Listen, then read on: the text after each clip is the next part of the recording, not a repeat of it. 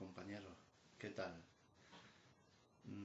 En el módulo de hoy que os presentamos queremos trabajar con vosotros lo que es la entrevista motivacional. ¿Qué nos hace cambiar? ¿Cómo se produce el cambio?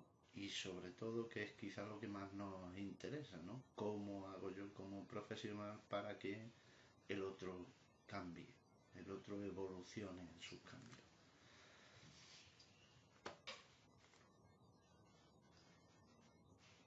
En primer lugar, me gustaría que os plantearais qué es para vosotros una entrevista, qué características tiene una entrevista y, en segundo lugar, qué definiría una entrevista motivacional.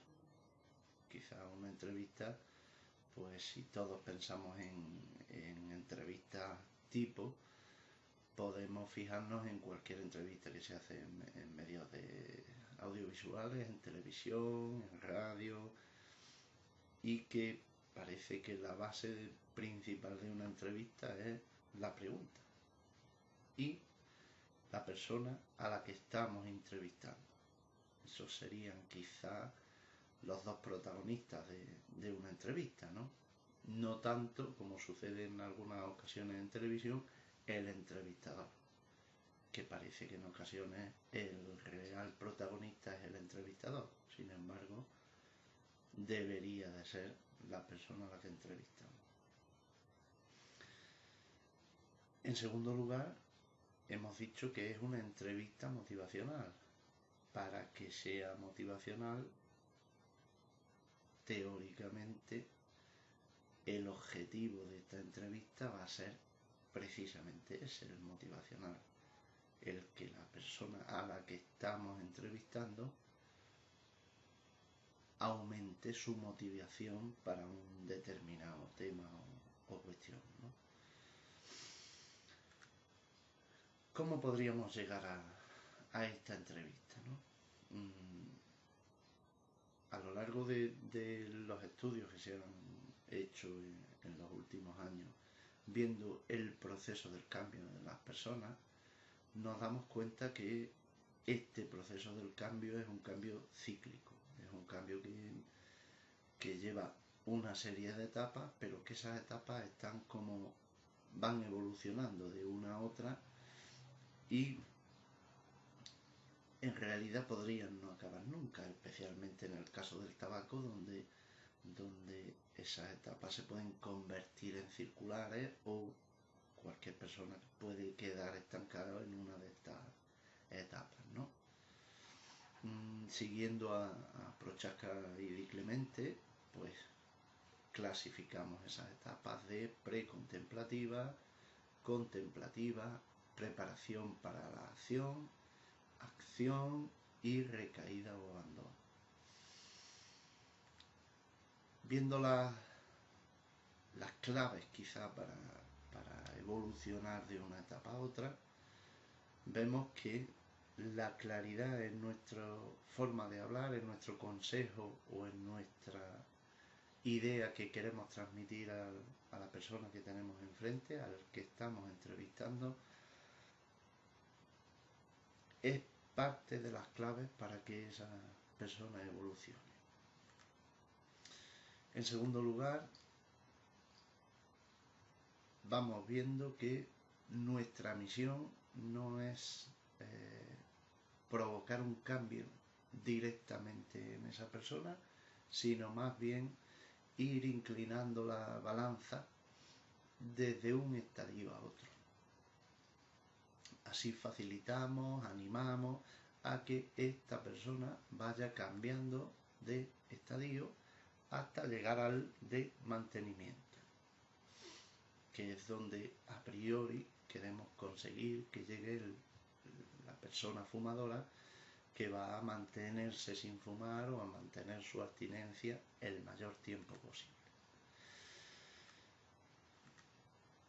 Bien, pues estos 5 estadios, mirándolos un poco más detenidamente, tendríamos que pensar en que este consejo, este trabajo que en definitiva vamos a hacer, debe ajustarse a cada uno de ellos. No trabajaremos de igual forma con una persona que esté en un estadio de preparación para la acción, que tenga ya información, que haya decidido ponerse manos a la obra, como con una persona que aún no se ha planteado ni siquiera dejar de fumar. Entonces tendremos que ajustar el trabajo nuestro a los distintos estadios de cambio, ¿no? En el primer estadio, el estadio precontemplativo, es aquel donde la persona pues no tiene ni siquiera sensación de que tiene un problema, ¿no? Es una persona donde no se ha instalado aún ni siquiera la duda, donde está bien, está a gusto, se ha adaptado perfectamente a su adicción y no la considera ni siquiera como tal. En principio está a gusto con su hábito e incluso no se plantea dejarlo y tiene beneficios, o aparentemente, según él, obtiene los beneficios que quiere obtener del tabaco. Llamémoslo relajación, llamémoslo concentración, en fin, todos esos beneficios a priori que podemos pensar, o que cualquier adicto al tabaco ha pensado que le proporcionaba el tabaco. ¿Cuál sería nuestro trabajo en este estadio? Pues precisamente hacerle pensar a base de preguntas, de plantear opciones, distintas alternativas, distintas formas de ver la adicción o el hábito del tabaquismo. Vamos a ir haciendo pensar a esta persona que quizá sí tenga un problema con el tabaco, quizá le interese plantearse el cambiar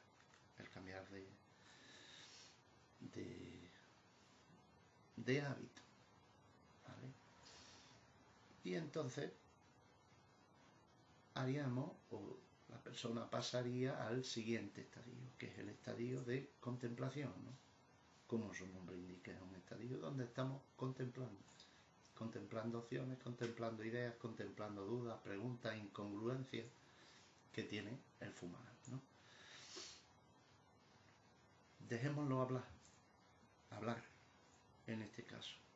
Dejemos que desarrolle esas dudas, esas incongruencias, esas cuestiones que se plantea respecto del hábito del tabaco y de las consecuencias que para él tiene. Cuando hablamos de consecuencias para su salud, yo me gusta dejar siempre la nota de que la salud que observamos nosotros como profesionales y el concepto que tenemos de salud más generalizado, más a largo plazo, la persona fumadora no tiene por qué tenerlo. Entonces, esta persona en general, para que realmente se motive a trabajar por su salud, tendremos que hacerle pensar en qué es para él su salud, ¿no? Entonces, trabajaremos las ventajas que tiene para él dejar de fumar. ¿Por qué? Pues porque nadie se pone a hacer un esfuerzo si no le ve que vaya a tener ventaja.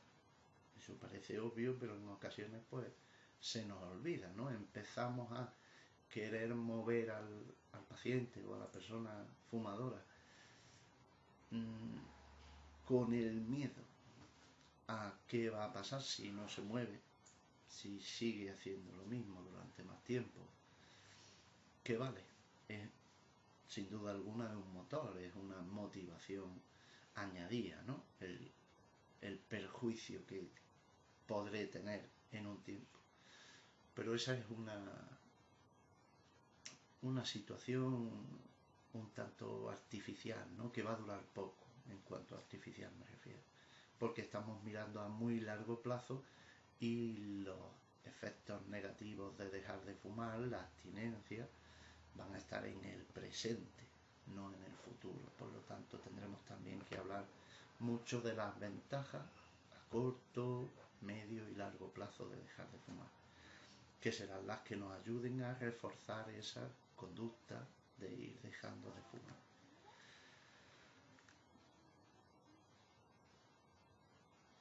Me gustaría que vierais este vídeo que tenemos aquí delante, si consigo ponerlo, ¿vale? Para que podamos entender un poco este concepto que acabamos de ver de las ventajas de dejar de fumar. Un cuerpo para descubrir, un cuerpo para disfrutar, un cuerpo para ser libre, un cuerpo para divertirse, un cuerpo para gustar, un cuerpo para vivir, un cuerpo para toda una vida. Cuídalo. Bien, como vemos en este vídeo, lo que nos están potenciando es que la joya que tenemos, que es nuestro cuerpo, es para disfrutarlo en el presente, como hablábamos, para hoy disfrutar de él.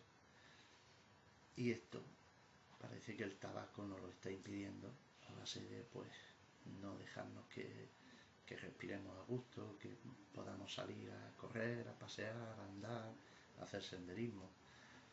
En fin, un montón de cuestiones que el tabaco nos impide en el día a día hacer de una forma relajada y tranquila, ¿no? Y a gusto. Bien, entonces este tipo de mensajes los vamos trabajando en este estadio precontemplativo y vamos provocando que el usuario pues camine hacia el siguiente estadio, que sería el de preparación para la acción, ¿no? Es un estadio transitorio, digamos, que se podría incluso dar en una sesión en 2 minutos, 3 minutos, y pasaríamos al de acción si en este estadio de preparación para la acción conseguimos fijar fecha, fijar cómo lo vamos a hacer, qué día vamos a empezar, qué pautas vamos a seguir para dejar el hábito de fumar. Esto, más que prescrito por nosotros, tendremos que acordarlo con el paciente, con la persona fumadora, porque en nuestro arrebato, digamos, de alegría, porque hemos conseguido ese cambio, esa decisión de, vale, sí, voy a dejar de fumar, quizá pequemos un poco de lanzarnos a subir escalones que el paciente no está dispuesto a subir, y que al final él va a ser el que tenga que subir en casa cuando esté solo, cuando esté con los amigos en el bar, etcétera, etcétera. Entonces tenemos que acordar dentro de sus posibilidades, dentro de las posibilidades de esta persona, cuándo y cómo vamos a trabajar esto, qué pasos vamos a seguir, cuidando que no sean pasos demasiado grandes para evitar que nuestro paciente pues se tropiece y vuelva a bajar esas escaleras que decíamos que subía, ¿no? Fijamos entonces el planning y nos ponemos a la tarea, pensando, acordando. He puesto esta pregunta aquí básicamente porque entiendo, como he dicho antes, que es base, ¿vale? Que el paciente debe comprometerse y debe pensar que puede conseguir esto, que hemos puesto unos pasos suficientemente pequeños pero contundentes para que él los pueda hacer, los pueda ejecutar en su casa sin que nosotros estemos delante y los pueda trabajar solo. Entonces debe de ir con la confianza de que puede, ¿ok? Seguimos un poco hacia adelante. Entonces nos pasamos, o pasa el paciente, obviamente, al estadio de acción. En este estadio, pues, como su propio nombre indica, al curro, ¿no? Como decía nuestro amigo Antonio, al turrón. Vamos a hacer cosas. Es un estadio eminentemente conductual, donde vamos a dejar de fumar paulatinamente, vamos a trabajar ciertas conductas, ciertos pensamientos, ciertas técnicas que vamos a ir aprendiendo a lo largo de estas sesiones con el paciente para que tenga sus herramientas para cambiar, herramientas del cambio que veremos en la siguiente presentación de este mismo módulo. Os dejo otro vídeo también interesante para ver cómo podemos ir consiguiendo esto.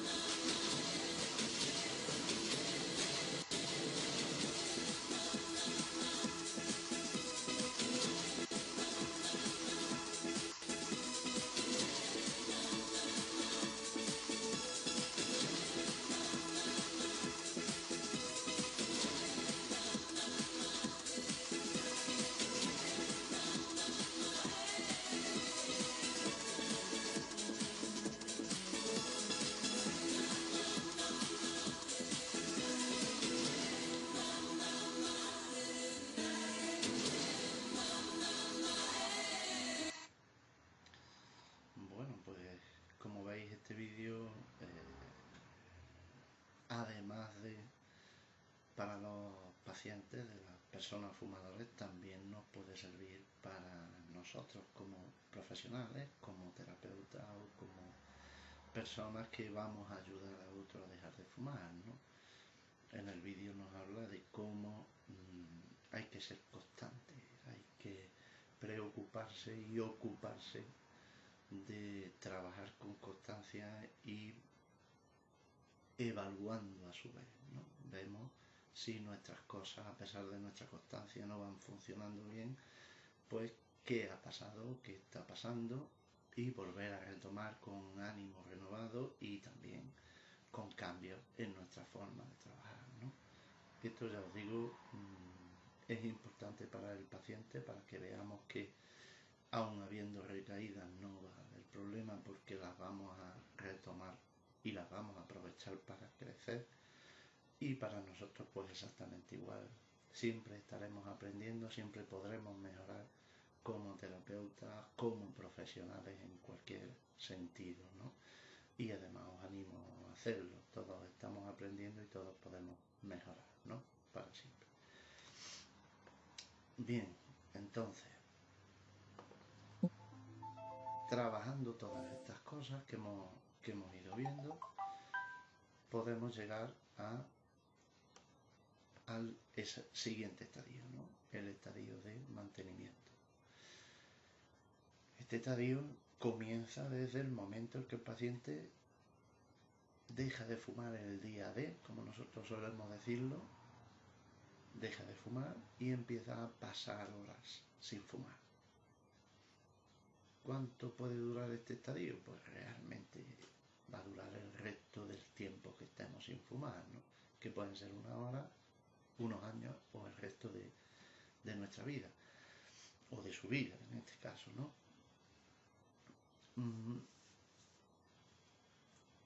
Quizá esta última idea de el resto de nuestra vida sin fumar no es interesante que la trabajemos, porque realmente primero es hablar de futuro, que nadie sabe lo que va a pasar en el futuro, ¿no? Con lo cual es tontería hacer predicciones. Y en segundo lugar, cualquier persona adicta a cualquier droga, incluido el tabaco, si le plantea que va a estar el resto de su vida sin fumar, genera un montón de ansiedad en esa persona, y lo más probable es que para calmar su ansiedad pues busque un cigarro, ¿vale? Es una idea que no es interesante por su escasa efectividad nombrar. Entonces, ¿qué es lo interesante? Lo interesante es el día, el presente. Hoy voy a estar sin fumar. Y mañana, pues si me ha ido bien y sigo teniendo la misma motivación o incluso más, porque he visto que puedo conseguirlo, pues volvería a intentarlo otro día más. Y así irán pasando los días, cada vez iré notando mejor los efectos de dejar de fumar, e iré dándome cuenta de que así cada día que pasa es un día más cómodo a la hora de mantenerme sin fumar. Genero menos ansiedad, menos mono, con lo cual los días van pasando cada vez con más suavidad, digamos, ¿no? Por decirlo de alguna forma. Bien, os dejo este vídeo también, que puede ayudarnos o puede ayudar a nuestros pacientes, si se lo ponemos, obviamente, a entender un poco esta fase de mantenimiento.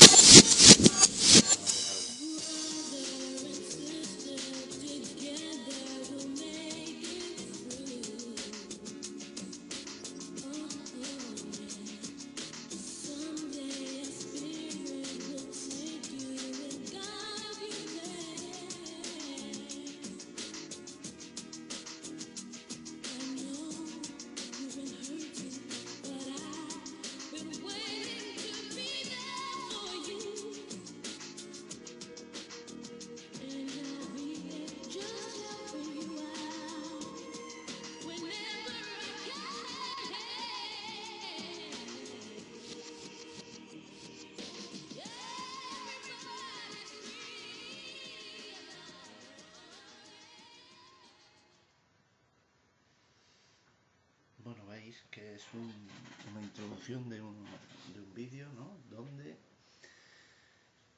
trabajamos con el paciente la idea de que vamos a estar ahí, vamos a acompañarlo a lo largo de este estadio de mantenimiento, que durará hasta un año en principio, ¿no?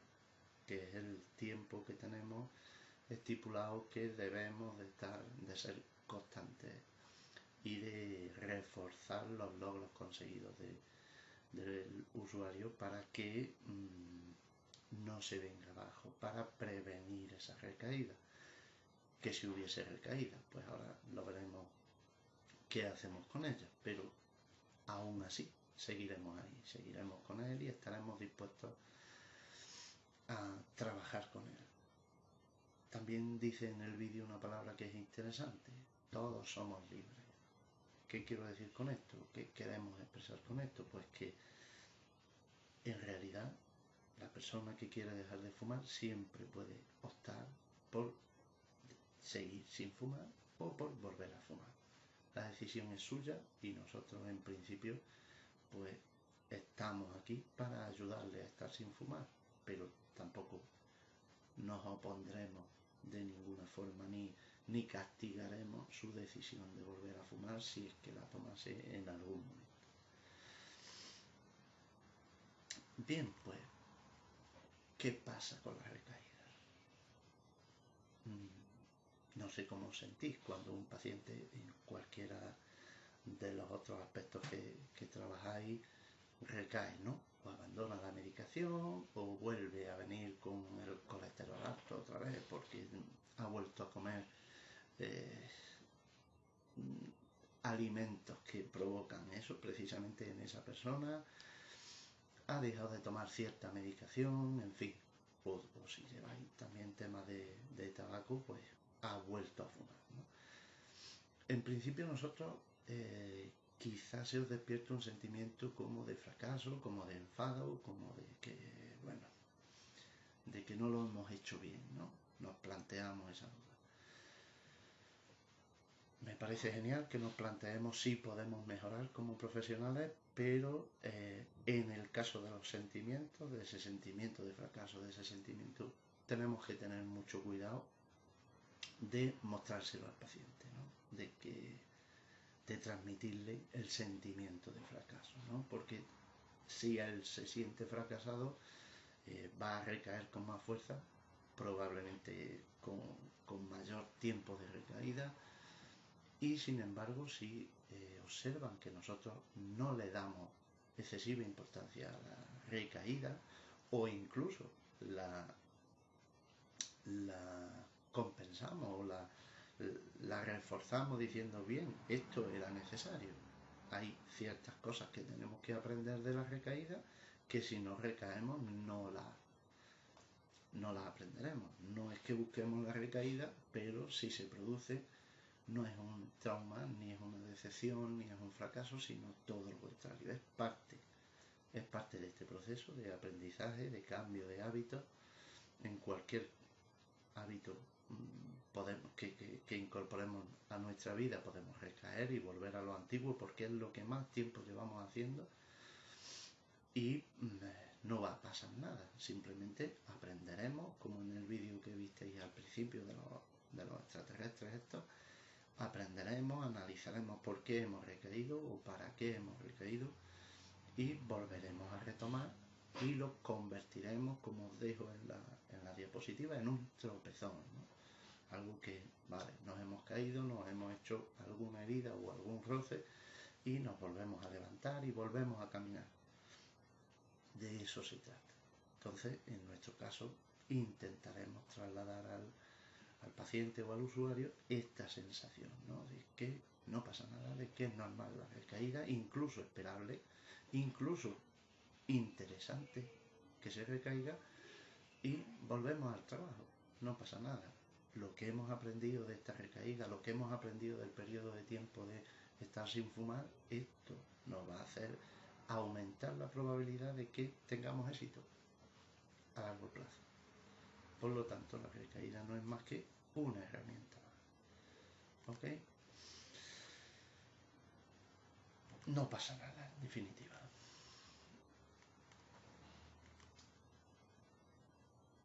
Por supuesto, cabe la posibilidad de que nuestro paciente abandone, de que él decida, bueno, pues he recaído, en realidad no estaba preparado, o la situación que tengo actualmente, que es la que me ha hecho en definitiva recaer, pues va a durar un cierto tiempo y voy a descansar un poco y luego volveremos a retomar. En ese caso nosotros ofreceremos, por supuesto, como siempre, nuestra disposición a trabajar de nuevo con él y a volver a retomar esta opción, esta idea de dejar de fumar, valorando, por supuesto, lo conseguido hasta ahora. ¿Qué decidimos? ¿Reintentarlo? Pues como hemos dicho, a la carga. ¿Cuándo? ¿Cómo? Digamos que sería como un volver al estadio de acción otra vez, pero sabiendo un montón de cosas que hemos aprendido de este trabajo anterior y de la recaída en sí, ¿no? En definitiva, nos ponemos otra vez a trabajar, ¿vale? Os dejo algún caso porque, bueno, pues penséis, veáis qué haríais vosotros en estos casos, en fin, os planteéis algunas cosillas y si queréis, pues de estos casos comentárnoslas o comentarlas entre los compañeros, pues puede ser interesante que en el tablón que os dejamos para comentar y para publicar entre todos y que todos lo veamos, pues dejar vuestra opinión sobre estos casos que aquí os dejamos, ¿no? El de Salvador, uno de ellos, el de Ana, de 52 años, el de Jorge, el de Francisco y, en definitiva, si vosotros queréis plantear también algún caso real vuestro, o bien que se os ocurra, o familiar, que os parezca plantear un poco cómo lo trabajaríamos, cuáles son las preguntas que haríamos según qué estadio del cambio estaría esta persona, pues lo podemos trabajar si queréis en el foro que tenemos para ello, ¿vale? Bien, pues os dejo en un momento, volvemos con la siguiente presentación. Gracias.